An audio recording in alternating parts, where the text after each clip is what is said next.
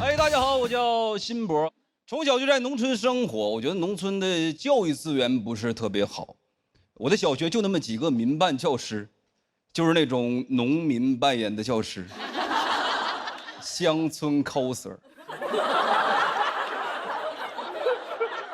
班主任老师姓张，他教我数学，也教我插秧。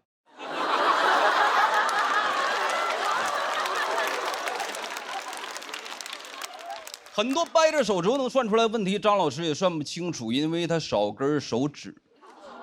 算法上有 bug， 9进制。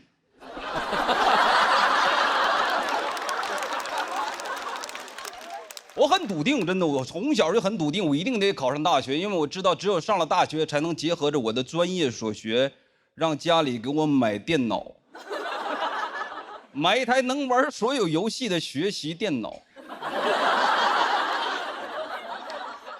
所有的科目里边，数学最差，高考算是超常发挥，考了76分，按照9进制算是84。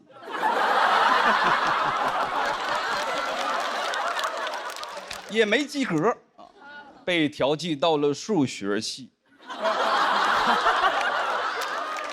我这样的学数学门儿都没有。我说妈，你必须得给我买台电脑，上帝把门给我关死了，你得给我打开一扇 Windows。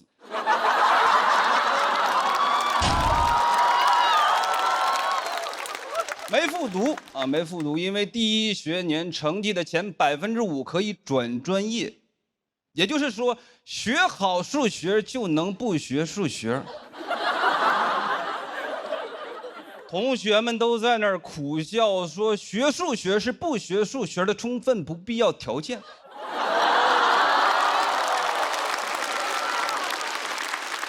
听得我都茫然了。我说你们家里都什么条件？入学摸底儿考，我就是倒数第2，倒数第1是我的 homie 威哥。全班就只有我们2个人有共同语言。老师说这道题应该没有同学不会吧？我说不应该。威哥说我不会，选我当班长，说反正你也学不进去。我说为什么不学？威哥他说也不能太蠢。我最想学的专业是计算机，因为小的时候就觉得黑客很酷。大学也自学，去黑客论坛上还拜过师傅，学费60。加了 QQ 给我传了个文件，如何盗号。我一点号就被盗了。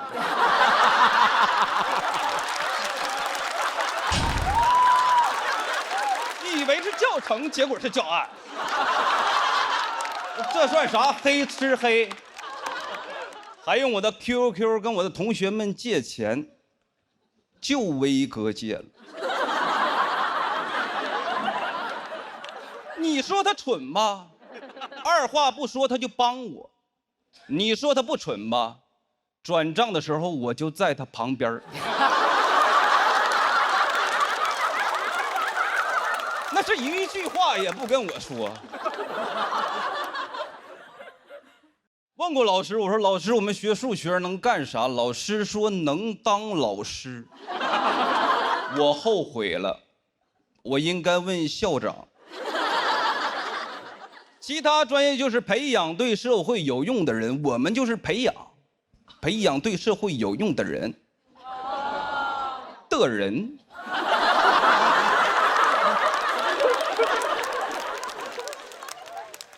我发现啊，像我这种普通学校的冷门专业，社会给我们留的大多岗位都是销售类。我们学院的优秀校友墙就是全国房产中介的优秀员工墙，上面的照片基本都一个知识。那个校友群你就看吧，名字开头都有个 AAA， 你得往下滑到100名开外才有一个 B 打头的，比亚迪卖车。毕业季的时候，有那种优秀学长回来招聘，我给他倒了杯水，他说：“老弟，全班我都看了，就你能干销售，数你的眼神最空洞，你根本就学不进去。”我不想干销售，我觉得这么多年书白读了，确实感觉自己有点脱不下去长衫，但我也知道自己里边啥都没穿。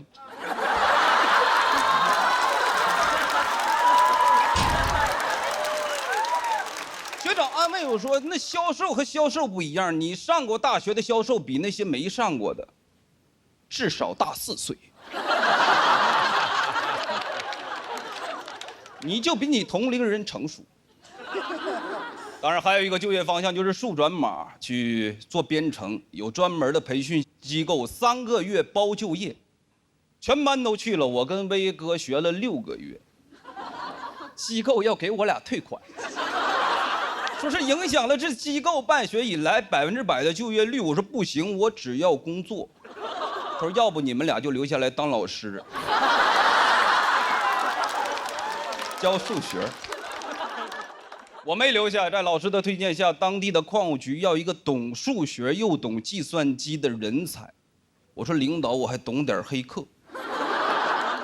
那个岗位就是坐在矿井口的岗亭里，对着一台电脑屏幕，下去一个矿工，我就在 Excel 上加1，上了一个我就全都懂数学和计算机。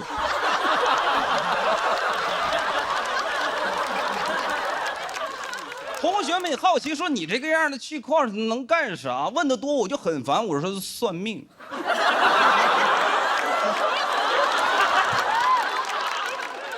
有一次下去7个，上来8个，给我吓坏了。我说这是挖到墓了，对不上账，是不是我得下去？每天除了我矿井口就没有人，整整3个月，我的日子过得就像个小日子。井上一郎。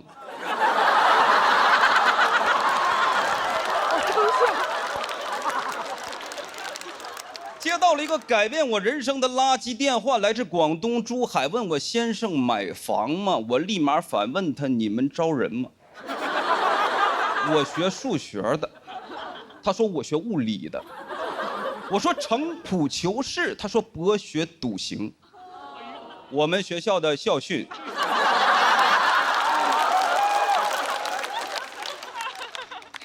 时代也在发展，这几年 AI 成了风口。我也是干了很多年销售，几经辗转在网络安全行业。很多朋友不了解，给大家科普一下，就是帮用户抓黑客。总有一天我能逮住我师傅。在风口上，威哥也飞起来了。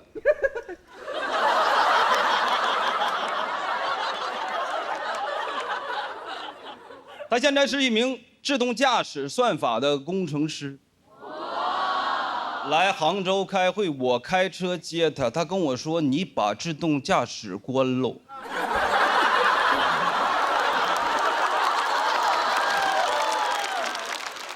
他的能力我最了解。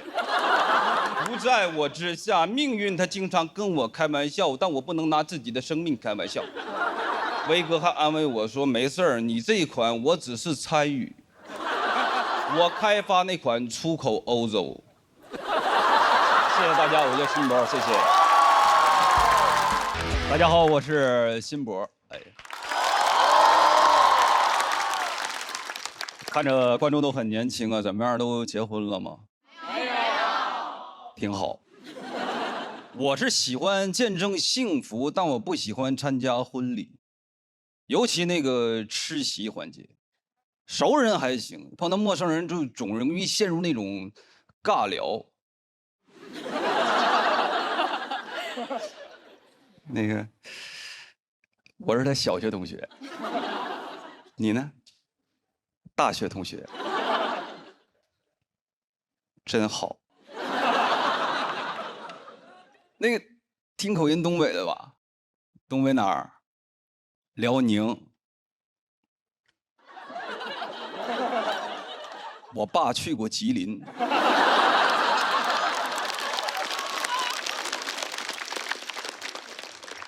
我能说啥？我说怪不得没见过你呢，兄弟。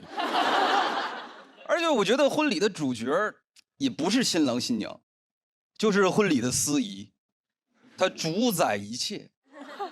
全国的婚礼司仪好像都同一个腔调，我就感觉这帮人在同一个地方批发的声带。现场尊敬的各位来宾，欢迎各位前来参加张凯宇先生和李子涵女士的婚礼。听着很温暖，但里边没有一点真情实感。生活里表达感情也这么说话吗？你踩我脚了。正常开始一般都是爱情故事，是吧？新郎新娘相识于大学校园，图书馆隔着书架的惊鸿一瞥，从此人生悄然改变。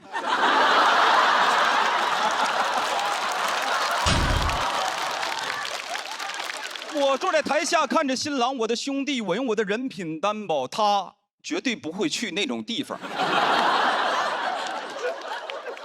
我们俩4年的开黑记录就是他的不在场证明。没有他，我不可能知道本科延毕最长只有6年。特别奇怪，就是大学恋爱走到婚姻相识就得在图书馆。让我感觉图书馆就是个灯红酒绿的地方，藏污纳垢，知识改变桃花运。都什么时代了？我觉得大家怎么恋爱走到婚姻都很正常，打游戏认识怎么了？有什么不能讲的？新郎新娘相识于王者峡谷，经历过小学生的谩骂，也是常问候别人的全家。还有5秒，新郎新娘即将闪现登场，掌声欢迎这对双排新人。有请摄影师用 Live Photo 神器 vivo S30记录下这美好的瞬间，快乐你就 vivo Live。我特别受不了司仪的一个点就是司仪特别喜欢煽情，特别喜欢煽情。中国有一个传统叫做丧事儿喜办，我感觉他们就是想，对，喜事儿丧办，尤其针对新娘。此时此刻，又有一个家庭失去了女儿。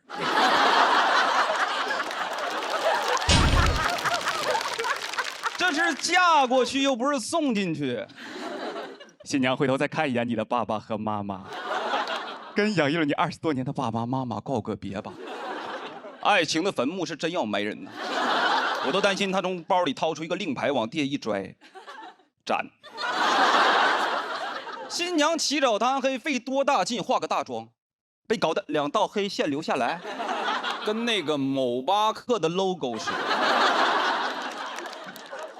如果你的泪点比较高，它会有后招。此时此刻，丫头，还记得儿时父母怀抱的温度吗？去，给他们一个温暖的拥抱。新娘没感动到，给花童吓一跳。如果你的泪点奇高，他就会有绝招，他会看一眼音响老师，并且给音响老师一个信号。音响老师会直接把音乐推向高潮。时间都去哪儿了？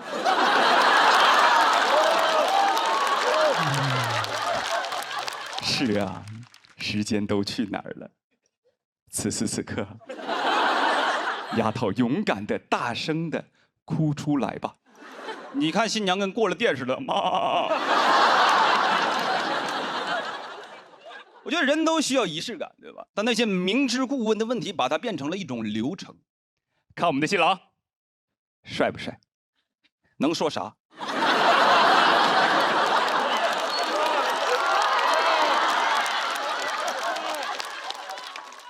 一般。还有那句，此时此刻，新郎，你最想见到的人是谁？我赌上我的尊严。科比。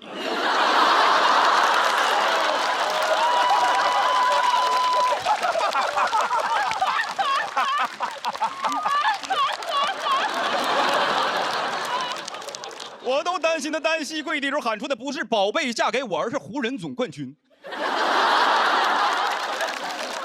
一直问我，你说哥，我婚礼是定在8号还是24号？我说你就定在8月24号。最傻的就是那句新娘，你愿意？说实话，这么多年我花了这么多份子钱，我也想看点不一样的。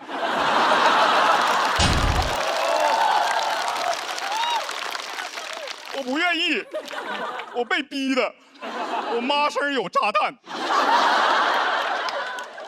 你问点实际的，能落地的，无论说结婚之后新郎天天喝酒、钓鱼、不洗澡就往床上躺，你愿意吗？这新娘肯定没说，别逼我。妈妈，对不起，引爆炸弹。流程最后还会有个小的环节，新郎现在可以正式的亲吻你的新娘了。正式。昨晚单身夜当我面嘣儿吧的。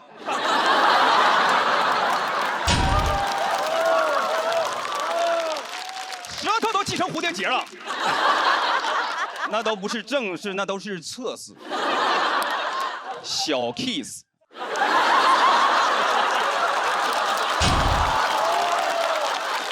非得像现在这样叫来双方父母、亲朋好友、街坊、四邻、单位领导，各就各位，预备，作。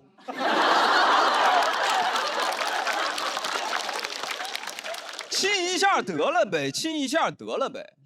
亲吻不停，掌声不停。鼓掌的人不想鼓，接吻的人不想亲，就他自己玩的挺开心。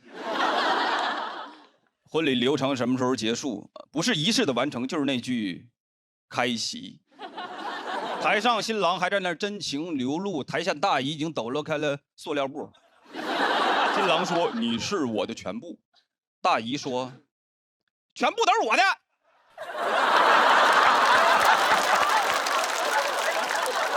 接下来这段有观众找到我说：“新博对你讲的这种司仪深恶痛绝，你能不能来我的婚礼当司仪？”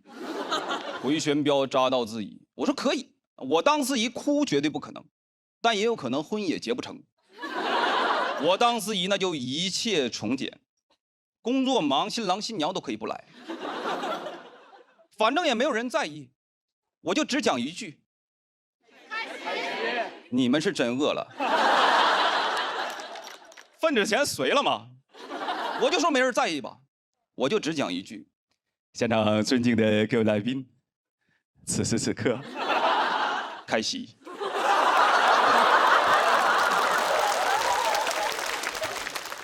我是明年4月份办婚礼，我没找司仪，我准备一人分饰2角。看我们的新郎，还行。新娘多给点零花钱，你愿意吗？各就各位，预备备，我们要亲嘴了。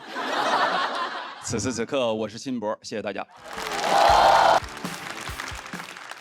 大家好，我是新博。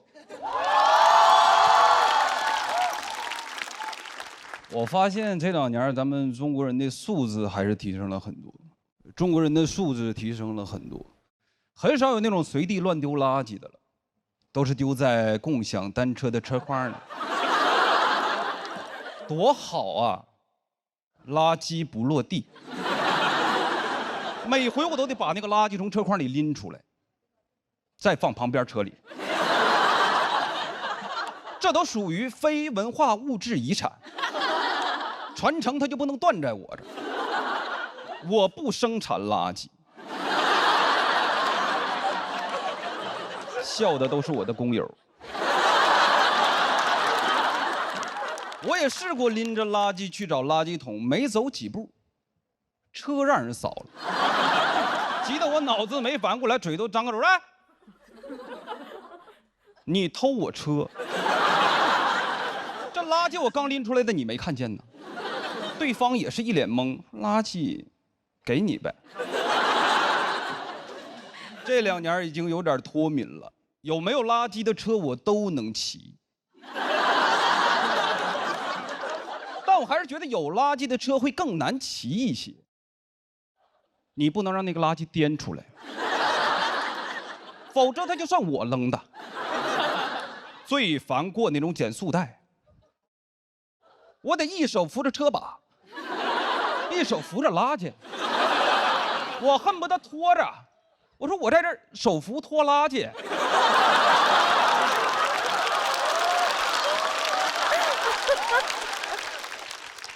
最怕玻璃瓶，再碰到减速带，我得立马控屏，掉出来玻璃心得碎一地。那天扫了台车，不知道哪个孙子吃剩了半包辣条，我真是想尝尝。麻辣王子，从小我就爱吃。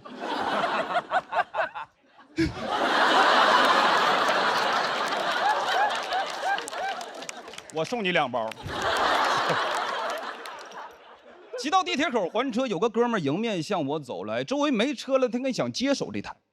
他也看到了车筐里的垃圾，他就，你知道有的时候人受了委屈会不自觉的自言自语给自己解释，不是我吃的。他冷漠的眼神仿佛就在告诉我，就你扔的。早知道我吃了好了。报复性的想文明一把处理一下车筐里的辣条，但你知道地铁口的垃圾桶总被那个什么电瓶车团团围住。好在电瓶车也有车筐。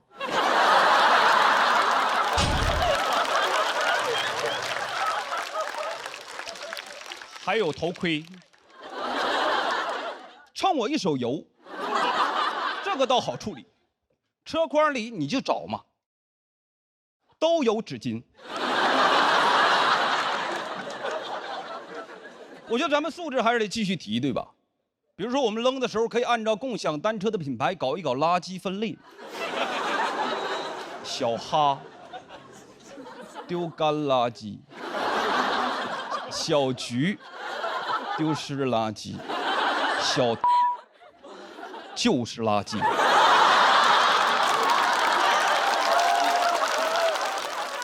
就他们家弹窗广告最多，稍微一不注意，网贷申请就开始了。我就骑个1块5的单车，申请这10万的网贷，偏要网我。他就从这个 P 点骑到另一个 P 点，这个模式就叫 P2P。包年才130，10万块钱够我包770年，能传到我8辈玄孙那里。2795年，全世界都自动驾驶了，就我孙子骑个共享单车，骑行世家，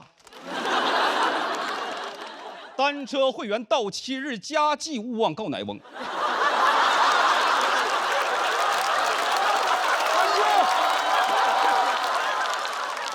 感谢吧，感谢你8辈祖宗。小哈就很好，小哈就不弹窗，小哈会在我第一次骑过他们家共享单车之后，就偷偷的帮我把网贷给注册好。哈特暖暖。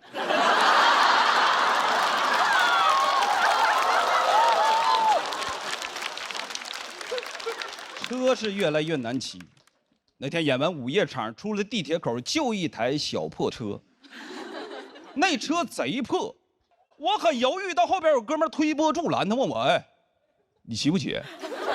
你不骑我骑。”我说：“我骑，赌一把。”那台车骑着不如扛着，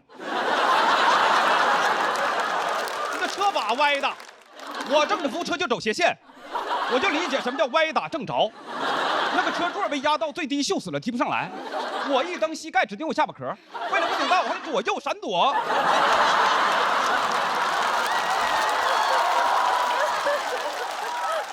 我一个打工族，给我骑成了维吾尔族。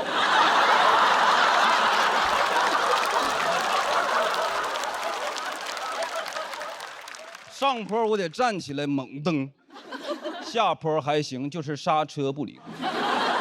骑进去我300块钱医药费，还行，网贷额度还剩99700。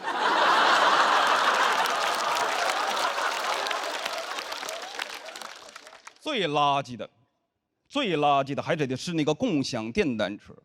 共享电单车那个头盔，你戴过一次才会真正理解什么叫屎盆子扣你脑袋上。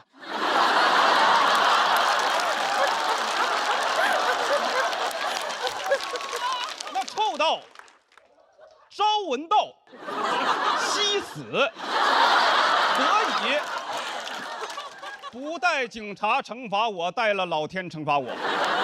那个味儿从天灵盖就冲进来了。保护我的脑子，击溃我的心理。这跟从垃圾堆捡个口罩带点有什么区别？我就感觉我的脑袋被流浪汉用腋下夹住了。我头都是馊的，我嗖往前骑着，那风往后吹。只要我骑得够快，风和味儿就追不上我。唯一一个比那个头盔更臭的，就头盔那袋儿。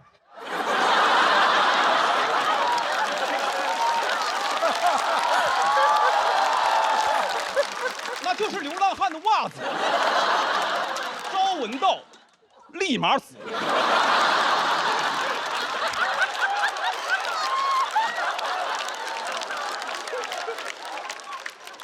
但是记住，一定要记啊，一定要记。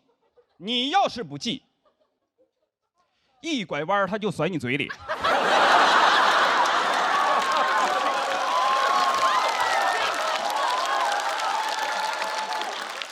共享电单车的批点特别少，还车点特别少。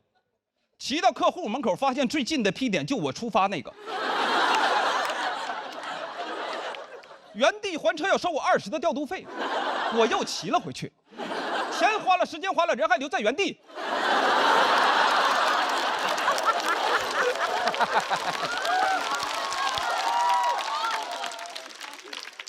见客户迟到了，回来领导开车顺我，给我一顿臭骂。唯一个比那袋儿更臭的就领导的嘴。我说领导，你把安全带系上吧，一拐弯再甩你嘴里。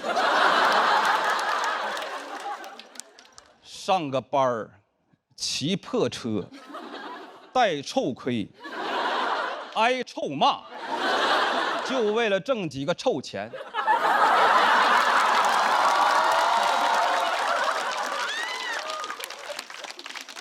我觉得在大城市里，我跟共享电单车没啥区别。大城市里没有我的批点，但我想留下来。我不想骑了，我有腿，我要走起来。谢谢大家，我是辛博。哎，嗨，朋友们，你们好，我叫辛博。我32岁了，32岁是同龄人结婚的高发期。第一波结婚的已经开始陆续2婚了，甚至还有3婚，结婚证又复发了。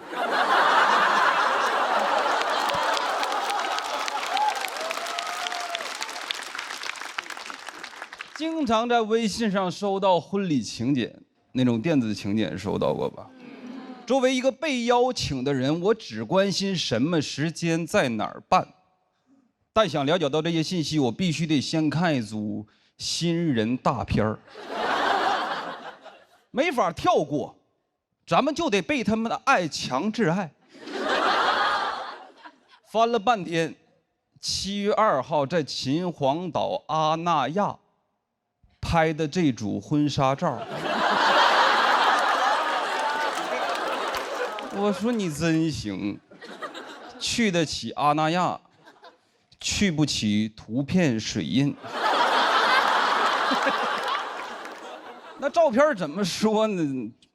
真好看，真甜蜜，但有的时候也真不像啊。我生活里也不长这样，我都眯着眼睛往后滑。滑到最后还是一个植入的广告按钮，叫我也要制作。谁会看完别人的婚礼请柬就说，我也做一个。我做啥？我作茧自缚啊。我觉得这种人生大事它不能太商业，那是不是墓碑上也可以刻我也要一杯。第二杯半价，收藏打卡，升杯。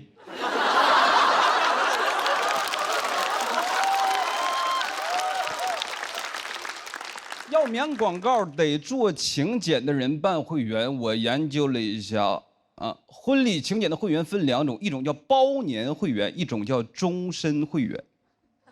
婚礼请柬的终身会员，就没盼咱们好，活到老结到老，倒是适合那些结婚证高发人群。还能发弹幕，我不喜欢婚礼请柬里边的弹幕过于和谐，咋就没人发？只有我一个人觉得不好看吗？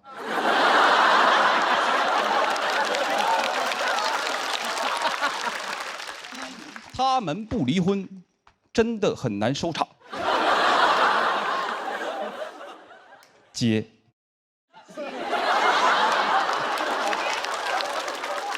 电子请柬最让我讨厌的是它能转发，收到过我前任的，他没给我发，但大家应该都有那种共同见友，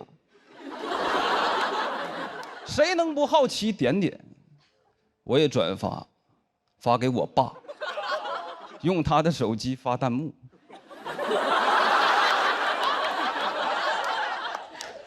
只有我一个人觉得新郎不好看吗？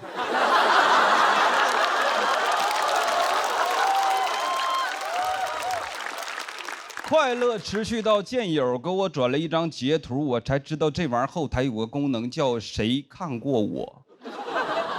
图中显示辛博第15次查看了你的作品。我就是他婚礼请柬的榜1大哥。还有转发记录。辛博爸爸。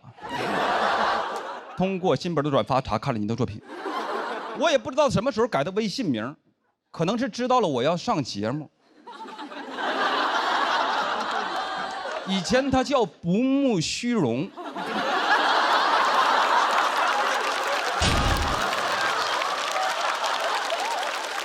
我说爸，你应该改叫慕容复。相比于之前的邀请方式，我觉得电子请柬是不是有点过于方便了？就导致那些不该给我发的人也给我发，平时都不熟，完全不联系，吧唧一个请柬给你发过来。前几天收到一个算是同学，一起在驾校学的车，一个请柬加条语音，老同学想你了。我能收到微信里每一个跟那能产生对话框的都能收到。应该也包括文件传输助手。拉黑他不过瘾，我也要制作，我也给他发，给他冲冲喜。老同学，我在婚礼也很想你。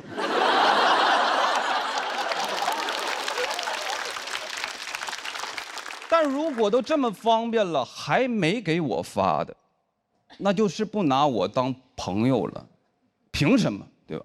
大学室友，我也想不明白为啥有些人就是走着走着就走了。我可以不来，但你不能不邀请我，非常内耗。点他，朋友圈分享一个文章：大学室友，你一辈子最宝贵的财富，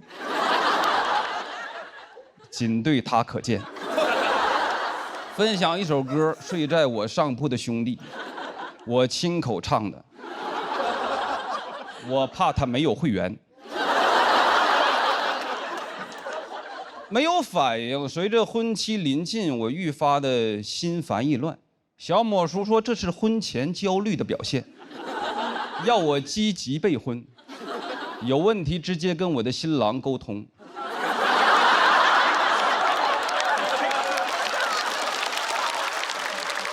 我鼓足勇气去跟他说为什么不请我，他说发群里了，你没看见吗？我说什么群？他就撤回了。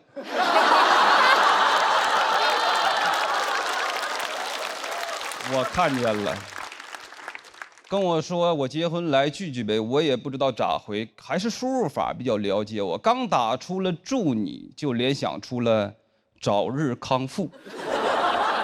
但回想，就算他第一个就邀请我，又如何呢？我也得在心里边先量化我们的感情，还值多少钱，减去差旅成本。如果是正数，那就是礼金；如果是负数，那就是来不了。他的大喜之日就是我的出差之时。我说不好意思，领导派我去一趟巴塔哥尼亚。婚礼邀请好像对双方都是一件很难直接表达真实意愿的事儿。我想好了，以后我做请柬我就不放时间地点，这样能让大家多看几遍我的新人大片儿。哎，是我划过去了吗？最重要的，它也是筛选，因为真正想来的人会问我，不想来的人我也不想追问，因为我有访客记录。我需要终身会员。谁看过我还没问我的，那我肯定得记他一辈子。谢谢大家，我叫辛博。辛博，感觉都是我的托儿啊。来了，大家好，我叫辛博。小时候我就在农村生活，你知道农村的医疗条件不是特别好，我爸妈就属于那种小病自己看，大病互相看。新型家庭合作医疗。从小我身体不是特别好，经常吃药，但就没吃过那种 OTC 的。我爸指着 OTC 的标志给我讲过，儿子你记着，这个牌子的药啊，没劲儿。就是我能得什么病，主要取决于他们听说过什么病。在我理解，这就是听诊。小学的时候发现我后腰有块骨头特别明显，我爸给我的诊断是腰椎间盘突出。科普一下，这个病的发病期是19岁到50岁之间，那年我7岁。每天都给我按。朝我的突出部猛攻。有朋友问你爸就这么胡来，你妈也不管。我爸负责按，我妈负责按着我。我甚至在想，小的时候走丢了，警察问我爸：“哎，你儿子有什么特别明显的体貌特征吗？”要不说你们当不了我爸。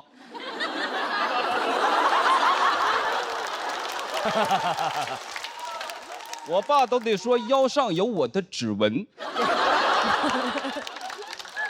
能解锁我儿子。后来11、12岁，我就开始长喉结。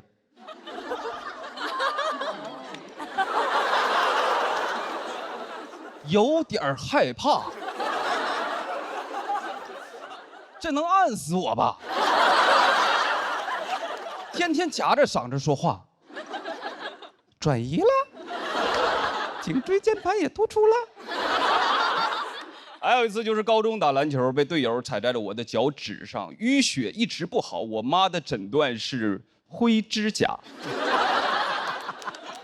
当时我爸已经外出打工了，但是通过电话的方式远程参与了我的会诊。2位专家的意见高度一致，确诊真菌感染。就开始了我长达18年的漫漫指甲路。听说那个5%盐酸阿莫罗芬有效果，吃了半个月让我停掉了。说儿子，我发现这个好像是个外用药。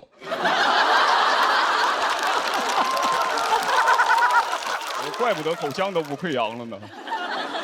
我们东北有个菜叫小鸡炖蘑菇，我们家经常做，鸡肉可以不吃，那个鸡爪子得留给我。那个指甲我最好吞掉。说是吃啥补啥，以形补形，但不让我吃蘑菇，说那都是真菌。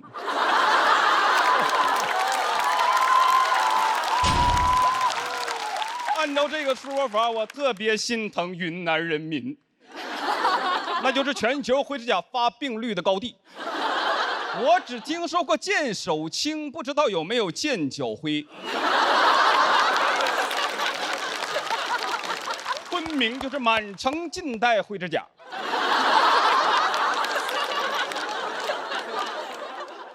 这么多年，我心里一直有疑问，就我虽然得了灰指甲，但我始终都没有传染俩。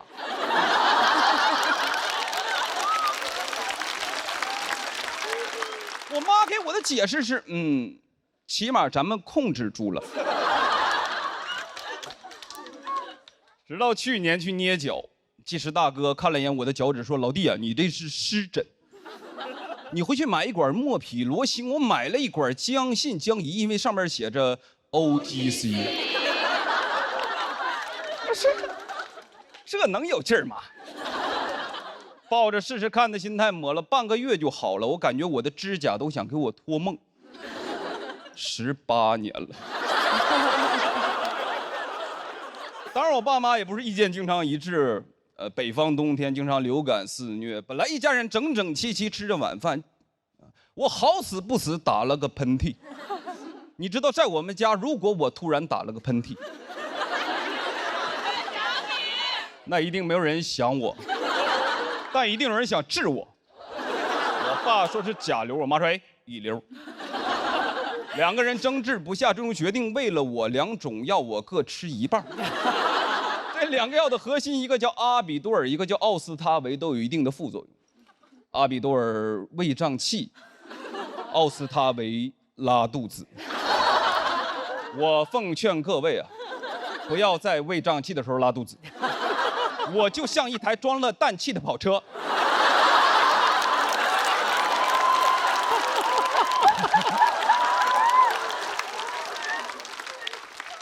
我爸决定送我去医院，因为他发现我的瞳孔开始有点涣散，说我太爷走的时候就这种眼神。医生建议打青霉素，我爸说：“我儿子必须用最好的药，头孢，打上就退烧，不打就高烧，反反复复1个多月，我才肺炎。”拍了片子说我的肺上有阴影。我说怎么不拍拍心里啊？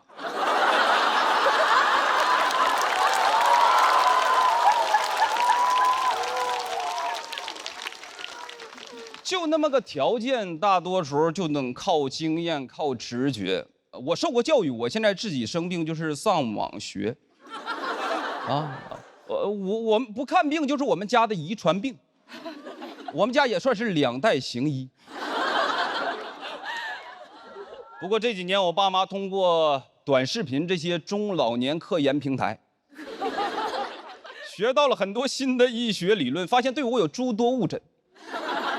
经常喝点酒就会跟我道歉，说儿子会不会埋怨爸爸？我说怎么可能呢，对吧？你们含辛茹苦把我养大。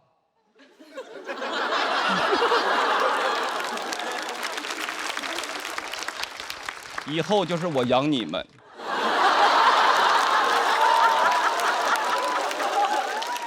爸，你可要保重好身体呀！咱家的好日子都在后边呢。妈，你也是，我帮你按按。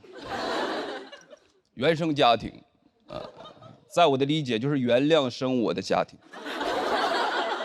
这可能只是个时间问题，但是在我内心里还是希望我爸妈有朝一日能跟我道歉，跟我说孩子对不起，毕竟爸妈也是第一次当医生。谢谢大家，我是辛博。